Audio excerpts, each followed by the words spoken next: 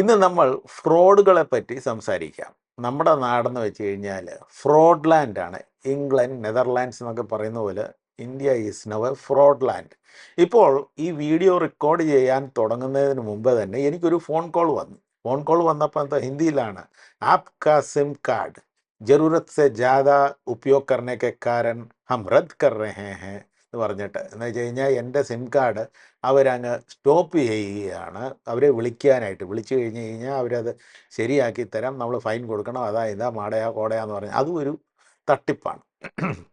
ഇത് എനിക്കെങ്ങനെ തട്ടിപ്പാണെന്ന് പറഞ്ഞ് മനസ്സിലായെന്നറിയാമോ? കഴിഞ്ഞ പ്രാവശ്യം ഇതേ ഫോൺ നമ്പറിലേക്ക് ഒരു മലയാളിയാണ് എന്നോട് വിളിച്ചത്. നിങ്ങളുടെ സിം കാർഡ് ഞങ്ങൾ അത് ചെയ്യുന്നു ഇത് ചെയ്യുന്നു എന്നൊക്കെ പറഞ്ഞ് എന്ന് വെച്ച് കഴിഞ്ഞാൽ ഏതാണ്ട് എക്സ്ട്രാ യൂസ് ചെയ്യുന്നു എന്നൊക്കെ പറഞ്ഞുകൊണ്ടാണ്. പക്ഷേ ഇത് ഞാൻ കഴിഞ്ഞ പ്രാവശ്യം ഒരു പരിപാടി ചെയ്തു. അവരങ്ങോട്ട് സംസാരിക്കാൻ തുടങ്ങിയപ്പോൾ തന്നെ എൻ്റെ ഫോണിനകത്ത് റെക്കോർഡ് മോഡുണ്ട്. ആ റെക്കോർഡ് മോഡ് ഒന്ന് അമക്കി കഴിഞ്ഞപ്പോഴത്തേക്ക് ദിസ് കോൾ ഈസ് റെക്കോർഡഡ് എന്നൊക്കെ പറഞ്ഞൊരു അനൗൺസ്മെൻ്റ് ഒക്കെ വരും. ഇമ്മീഡിയറ്റ്ലി ആശാൻ വിട്ടിട്ട് ഓടി ഒരു പോക്കും അങ്ങ് പോയി. അങ്ങനെ ആ പരിപാടി ഇവർക്ക് മനസ്സിലായി. അന്നേരം എൻ്റെ ഈ നമ്പർ അവർക്ക് എവിടുന്ന് കിട്ടിയെന്നറിയാമോ നിങ്ങൾക്ക്? പ്രോബബ്ലി ബാങ്കിൽ നിന്നാണ് കിട്ടിയിരിക്കുന്നത്. കാരണം എന്താണെന്നറിയാമോ? ഈ പർട്ടിക്കുലർ നമ്പർ എൻ്റെ ബാങ്ക് അക്കൗണ്ടുകളിൽ കൂടെ ലിങ്ക് ചെയ്തിട്ടുണ്ട്. ഞാൻ ഈ ബാങ്ക് അക്കൗണ്ടിൽ ലിങ്ക് ചെയ്യാൻ ഈ ഒരു ഫോൺ നമ്പറേ യൂസ് ചെയ്യാറുള്ളൂ. മറ്റേ വേറെ ഒരു ഫോൺ നമ്പറും കൂടെ ഉണ്ട്, അത് യൂസ് ചെയ്യുന്നില്ല. അന്നേരം ഈ ഫോണിൽ തന്നെ വരാൻ കാരണം എന്താണ്? ഇതൊക്കെ ഉള്ളൂ പരിപാടി. ഞാനത് ഫോൺ കട്ട് ചെയ്തിട്ട് പിന്നെ തുടങ്ങിയിരിക്കുകയാണ് ഈ റെക്കോർഡിങ്. അങ്ങനെ വേറെ ഒരു 2 ഫ്രോഡുകളെ കുറിച്ച് നമുക്ക് സംസാരിക്കാം. അപ്പോൾ let's enjoy the fraud show. Let's get into the show.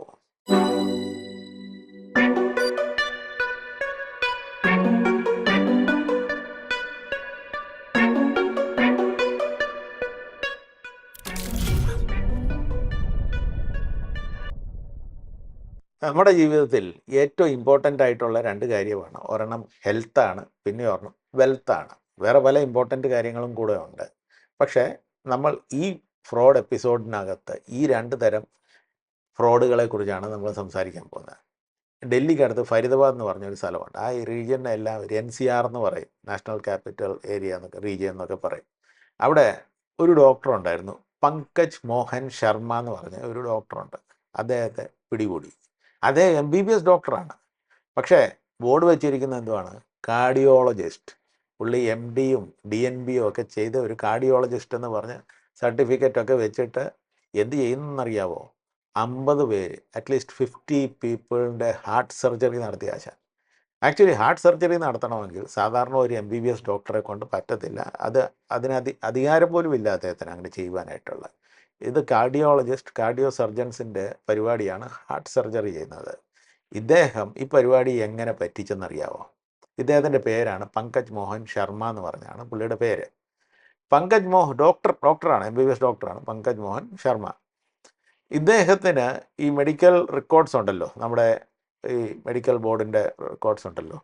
അന്നേരം അവിടെ നിന്ന് പുള്ളിക്ക് ഇൻഫർമേഷൻ കിട്ടി. പുള്ളിയുടെ പേരും കൊണ്ട് തന്നെ വേറെ ഒരു പങ്കജ് മോഹനുണ്ട്. അദ്ദേഹം ഡോക്ടർ പങ്കജ് മോഹനാണ്, പങ്കജ് മോഹൻ ശർമ്മയല്ല.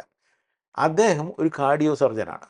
അദ്ദേഹത്തിൻ്റെ ലേബലും അദ്ദേഹത്തിൻ്റെ രജിസ്ട്രേഷൻ നമ്പറും ഇതെല്ലാം അദ്ദേഹമാണെന്ന് പറഞ്ഞ് പറ്റിച്ചിട്ട് അങ്ങ് തുടങ്ങി പരിപാടി.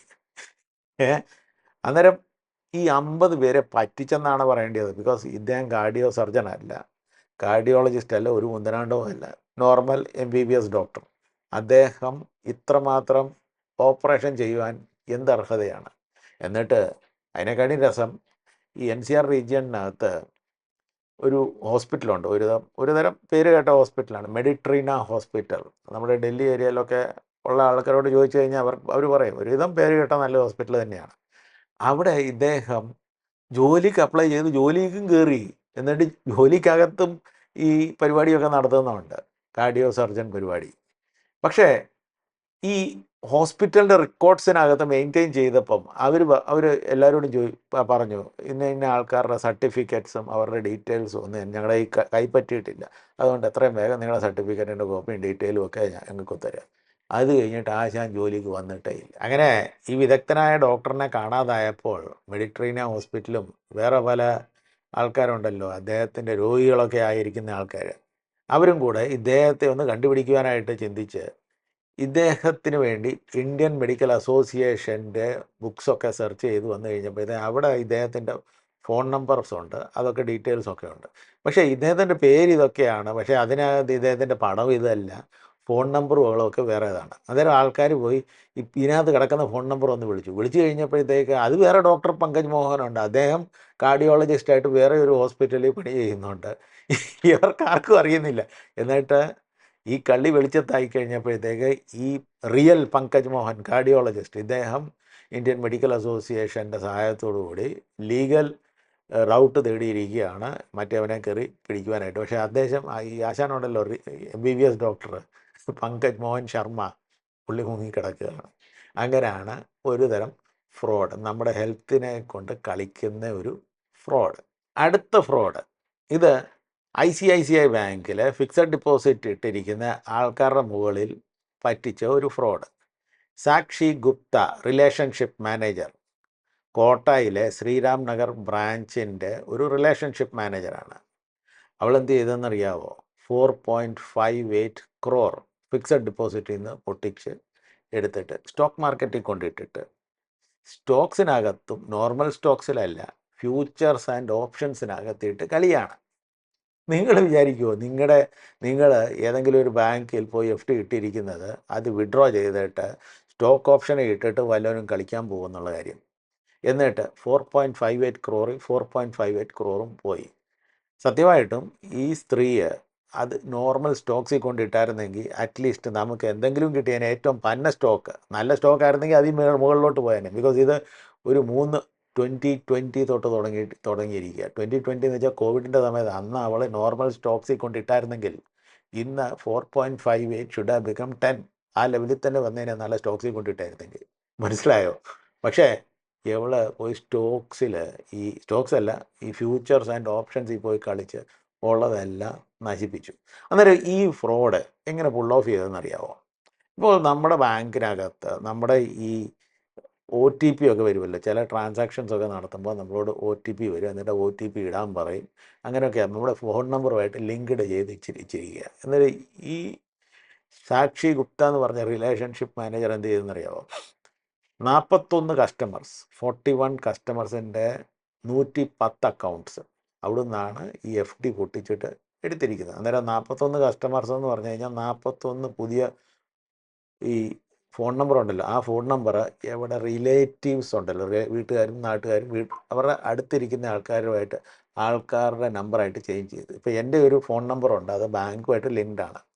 അത് ഞാൻ പോയിട്ട് KYC ചെയ്തിട്ട് അത് മാറ്റിയെങ്കിൽ അത് KYC വെരിഫൈ ചെയ്തിട്ടേ മാറ്റാൻ പറ്റത്തുള്ളൂ. പക്ഷേ ബാങ്കിൻ്റെ എംപ്ലോയി ആയിരിക്കുന്ന സ്ഥിതിക്ക് ഇവർക്ക് ഇതിനകത്ത് പല ലൂപ്പ് ഹോൾസ് അറിയാം, നമുക്കറിയത്തില്ല. നമ്മളാണെങ്കിൽ ഈ വെളിയിൽ നിന്ന് കസ്റ്റമറിൻ്റെ റിലേഷൻഷിപ്പ് മാനേജറുമായിട്ട് ചെന്ന് സംസാരിക്കുക, അവർ ചില ഫോമൊക്കെ ഫില്ലപ്പ് ചെയ്യിപ്പിക്കാൻ തരിക. അന്നേരം നമ്മുടെ അങ്ങനെ ഇമെയിൽ ID യോ ഫോൺ നമ്പറോ ഒക്കെ മാറ്റാം. ആ ഒരു സംവിധാനം യൂസ് ചെയ്തിട്ട് ഈ സാക്ഷി ഗുപ്ത എന്ന് പറഞ്ഞ സ്ത്രീ ഇത്രമാത്രം 41 കസ്റ്റമേഴ്സിൻ്റെ ഫോൺ നമ്പർ മാറ്റി കഴിഞ്ഞപ്പോൾ എങ്ങോട്ടാണ്? അവിടെ റിലേറ്റീവ്സിൻ്റെ ഫോൺ നമ്പറിലോട്ടാണ് മാറ്റിയത്. അപ്പോൾ അത് മാറ്റി കഴിയുമ്പോഴത്തേക്ക് അവൾ ഫിക്സഡ് ഡിപ്പോസിറ്റ് വിഡ്രോ ചെയ്യുമ്പോൾ ഒരു OTP ചോദിക്കും. OTP ചോദിക്കുമ്പോഴത്തേക്ക് ഏതായാലും അവിടെ റിലേറ്റീവിൻ്റെ ഫോണിലല്ലേ, അതിൻ്റെ അപ്പുറത്തോട്ട് ഇരുന്നാൽ പോരെ. എന്നിട്ട് ആ OTP അങ്ങോട്ട് ഇട്ട് കൊടുക്കുമ്പോഴത്തേക്ക് അത് ഓക്കെ, അതങ്ങ് സ്വൈപ്പ് ചെയ്തിട്ട് അതങ്ങ് റിലീസാകും. എന്നിട്ട് ആ പണം ഒരു പ്രായമുള്ളൊരു സ്ത്രീയുണ്ട്, അതായത് പൂളിംഗ് അക്കൗണ്ട് എന്ന് പറഞ്ഞാൽ ഒരു പ്രായമുള്ള സ്ത്രീ, അവർ അറിയുന്ന പോലുമില്ല ഈ പരിപാടി നടക്കുന്നുണ്ടെന്നുള്ള കാര്യം അവരുടെ അക്കൗണ്ടിലോട്ട്. അന്നേരം ഈ FD പലരുടെ ഈ 41 കസ്റ്റമറിൻ്റെ 110 അക്കൗണ്ടിൽ നിന്ന് FD പൊട്ടിച്ചിട്ട് ഈ പ്രായമുള്ള സ്ത്രീയുടെ അക്കൗണ്ടിലോട്ടാണ് കൊണ്ടിട്ടുകൊണ്ടിരുന്നത്. അതൊരു പൂളിംഗ് അക്കൗണ്ടാണ്. അത് 3 കോടി എങ്ങാണ്ട് ആ അക്കൗണ്ടിൽ വന്നിട്ടുണ്ട്. വേറെ 1.58 അത് വേറെ ഏതോ അക്കൗണ്ടിൽ കൂടെ ഇവളിത് കാശെല്ലാം ശേഖരിച്ചിട്ട് ഇത് കൊണ്ടിട്ട് സ്റ്റോക്ക് മാർക്കറ്റിൽ പോയി കളിയാണ്. എവിടെ ഐഡിയ എന്തുവരുന്നതെന്നറിയാം? സ്റ്റോക്ക് മാർക്കറ്റിൽ പോയി ഇട്ട് കഴിഞ്ഞാൽ ഇമ്മീഡിയറ്റ്ലി നമുക്ക് കാശ് കൂടുതലായിട്ട് കിട്ടും. ഇവിടെ ആരോ പറഞ്ഞ് പറ്റിച്ചതാണോന്നോ ആണെന്ന് തോന്നുന്നു. ഐ ഡോണ്ട് തിങ്ക് അവളാണ് ഫുൾ മാസ്റ്റർ മൈൻഡാണെന്നുള്ള കാര്യത്തിൽ ഞാൻ അങ്ങനെ ചിന്തിക്കുന്നില്ല. ഇവിടെ കൂടെ വേറെ ആൾക്കാരും ഉണ്ട്. പക്ഷേ പിന്നെ അതിനകത്ത് വേറെ ഒരു കാര്യം കൂടെ ഞാൻ സസ്പെക്റ്റ് ചെയ്യാം, ഇവളെല്ലാം വേറെ ആൾക്കാരും കൂടെ ഉണ്ടെന്നറിയാൻ. ഇവിടെ റിലേറ്റീവ്സിൻ്റെ ഫോൺ നമ്പറിലോട്ടല്ലേ പോകുന്നത്. ഈ 41 ഡിഫറെൻറ്റ് ഫോൺ നമ്പേഴ്സിലോട്ട് ഈ OTP വരുമ്പോഴത്തേക്ക് അന്നേരം അവരിലാരും ഒന്ന് സ്ട്രൈറ്റ് ഫോർവേഡ് ആൾക്കാരില്ല ചോദിക്കാൻ. എടി ഇത് why should I get an OTP? എനിക്കിങ്ങനെ ഈ നിൻ്റെ ബാങ്കിൽ ഈ അക്കൗണ്ട് ഇല്ലല്ലോ, ഇതെന്തുകൊണ്ടാണ് എനിക്കിങ്ങനെ OTP വരുന്നത്, ഏത് FD ആണ് വിഡ്രോ ചെയ്യുന്നത്, അങ്ങനെയൊക്കെ ചോദിക്കാൻ പോലും ഇല്ലാത്തതുകൊണ്ട് ഐ അസ്യൂം, ഞാൻ ഒരു 90% ഞാൻ എൻ്റെ അസംഷനാണ് ഇവിടെ ഫാമിലി മെമ്പേഴ്സും ഇൻവോൾവ് ആണ് ഈ ഫ്രോഡിനകത്ത്. അതുകൊണ്ട് ഇവൾ ഇങ്ങനെ പരിപാടി ചെയ്തു, കാശ് 4.58 crores wiped off from the hands. ഇത് നോർമൽ സ്റ്റോക്സിലല്ല ഇട്ടത്, ഇത് ഫ്യൂച്ചേഴ്സ് ആൻഡ് ഓപ്ഷൻസിനകത്ത് ഇട്ട് കളിച്ച് അങ്ങനെ വഴി FDയിലിട്ട ആൾക്കാർക്ക് ഇങ്ങനെ പണി കിട്ടി. അന്നേരം ഇത് ആരും അറിയുന്നില്ല. 2020 തൊട്ട് 2023 വരെ നടന്നുകൊണ്ടിരിക്കുക. ഈ FD ഒക്കെ ഇട്ടവർ ലോങ് ടേം FD ഇട്ടിരിക്കുകയാണ്. ഇവക്കും അറിയാം ഈ ലോങ് ടേം FD ഇട്ട ആൾക്കാരാണ്. ഇവൾ റിലേഷൻഷിപ്പ് മാനേജർ ആകുമ്പോഴത്തേക്ക് ഇവക്കും അറിയാം ആൾക്കാരെ കണ്ടു കഴിഞ്ഞ് കഴിഞ്ഞാൽ അവരെന്ന് വെച്ച് കഴിഞ്ഞാൽ ഇപ്പോൾ അടുത്തിടെ വല്ലതും വിഡ്രോ ചെയ്യാനുള്ള പാർട്ടീസാണോ അല്ലയോ എന്നുള്ള കാര്യം അറിയാം. അതേ രീതി അവൾ ടാർഗറ്റ് ചെയ്തിട്ടാണ് ആൾക്കാരുടെ അക്കൗണ്ട് സെലക്ട് ചെയ്തിട്ട് ഈ പരിപാടി ചെയ്തിരിക്കുക. അന്നേരം കൂട്ടത്തിൽ ഒരു മനുഷ്യൻ വന്നിട്ട് ഇങ്ങനെ വഴി കൂടെ നടന്നു പോകുന്ന വഴിക്ക് പുള്ളിക്കൊന്ന് വിചാരിച്ചു എന്നാൽ ബാങ്കിൽ പോയിട്ട് നമ്മുടെ അക്കൗണ്ടൊക്കെ ഒന്ന് നോക്കിക്കളയാം. അങ്ങനെ വന്ന് നോക്കിക്കഴിഞ്ഞപ്പോഴാണ് ഇത് ഇതിനകത്ത് കാശില്ല, ഇങ്ങനെ പല ക്വസ്റ്റ്യൻസൊക്കെ റേസ് ചെയ്തു. അങ്ങനെയാണ് ഇവൾ പിടികൂടിയത്. മനസ്സിലായോ? ഡൽഹി യൂണിവേഴ്സിറ്റിയിൽ നിന്ന് പഠിച്ചു പോയ ആളാണ് മാഡം. അങ്ങനെ പിടികൂടി കഴിഞ്ഞിട്ട് ₹1 ബാക്കിയില്ലാതാണ് കാശ് വൈപ്പ് ഓഫ് ആയത്. പക്ഷേ ICICI ബാങ്ക് ഒരു കാര്യം ചെയ്തു, അവരുടെ എംപ്ലോയി തന്നെ ചെയ്ത ഫ്രോഡ് ആയതുകൊണ്ട് അവർ കാശ് തിരികെ കൊടുത്തു. ആ interest whatever it is restoration നടത്തിയിരിക്കുന്നു. പക്ഷേ അത് എല്ലായ്പ്പോഴും നടന്നെന്ന് വരത്തില്ല. അന്നേരം നമുക്ക് അതിനകത്തൊരു പാഠം കൂടെ പഠിക്കാനുണ്ട്. നമ്മൾ ഡിപ്പോസിറ്റ് ചെയ്യുന്ന FDയിൽ നമ്മൾ ഇടയ്ക്കിടയ്ക്ക് ചെന്ന് നോക്കണം അതിനകത്ത് കാശുണ്ടോ. എന്നിട്ട് ഇച്ചിരി ബെറ്ററായിട്ടുള്ള പരിപാടി എന്ന് വെച്ച് കഴിഞ്ഞാൽ, അതെൻ്റെ ഒരു സജഷനാണ്, നിങ്ങൾക്ക് വേണോ വേണ്ട എന്ന് നിങ്ങൾ തീരുമാനിക്കാം. നമ്മുടെ ഇൻട്രസ്റ്റ് വരുമല്ലോ, ഇൻട്രസ്റ്റ് യൂഷ്വലി ഹാഫ് ഇയർലിയോ ക്വാർട്ടർലിയോ ഒക്കെ വരുമല്ലോ. അത് നമുക്ക് ഈ മന്ത്ലി വരുന്ന വല്ല ഇൻട്രസ്റ്റ് ഉണ്ടെങ്കിൽ അങ്ങോട്ടും ഇങ്ങോട്ടും കൊണ്ടിടാം കേട്ടോ. അന്നേരം എന്ത് ചെയ്യുന്നറിയാം, നമുക്ക് ഈ അലേർട്ട്സ് എപ്പോഴും വരും. ഇതെന്ന് വെച്ച് കഴിഞ്ഞാൽ 1 വർഷത്തിൽ കൂടുതലായി ഇവർ അറിയുന്ന പോലും ഇല്ല ഈ സാധനം. അവരുടെ വിചാരം ബാക്ക് ഓഫ് ദ മൈൻഡിനകത്ത് അത് കൂടിക്കൊണ്ടിരിക്കുകയാണല്ലോ എന്നുള്ള ചിന്തയാണ്. പക്ഷേ മന്ത്ലി വിഡ്രോവലായിട്ട് വരുമ്പോൾ നമ്മുടെ അക്കൗണ്ടിലോട്ട് ഇടുമ്പോൾ ഇമ്മീഡിയറ്റ്ലി SMS വരും, എന്നാൽ സാധനം സേഫ് ആണല്ലോ, അത്രയെങ്കിലും അറിയാമല്ലോ. മനസ്സിലായി? അപ്പോൾ ഇതാണ് 2 തരം ഫ്രോഡ് നടന്നിരിക്കുന്നത്. പിന്നെ എന്നെ വിളിച്ച SMS ആ ഫ്രോഡുണ്ടല്ലോ, എൻ്റെ സിം കാർഡ് ബ്ലോക്ക് ചെയ്യും അല്ലെങ്കിൽ വെട്ടിക്കളയെന്നൊക്കെ പറഞ്ഞ് അതും കൂടെ കുറേയേറെ നടന്നിട്ടുണ്ട്. അന്നേരം ഇതൊക്കെ നിങ്ങൾ സൂക്ഷിക്കണം. അതിനകത്ത് നമ്മൾ ഒരു സൈഡിൽ നിന്ന് ബ്ലോക്ക് ചെയ്യുമ്പോൾ പുതിയൊരു ഫ്രോഡ് കണ്ടുപിടുത്തം കൊണ്ടുവരും. അതുകൊണ്ട് ഫ്രോഡിനെ ഒന്നും എൻഡ് ചെയ്യാൻ പറ്റത്തില്ല, പക്ഷേ സൂക്ഷിച്ച് ജീവിക്കുക. ഈ വീഡിയോ ഇവിടെ അവസാനിക്കുന്നു. വീഡിയോ ഇഷ്ടപ്പെട്ടിട്ടുണ്ടെങ്കിൽ ലൈക്ക് ചെയ്യുക, ഷെയർ ചെയ്യുക, സബ്സ്ക്രൈബ് ചെയ്യാത്തവർ സബ്സ്ക്രൈബ് ചെയ്യുക. അന്നേരം ആ ബെൽ ഐക്കണും കൂടെ അടിക്കാനൊന്നും മറക്കല്ലേ. Till we meet again. Peace.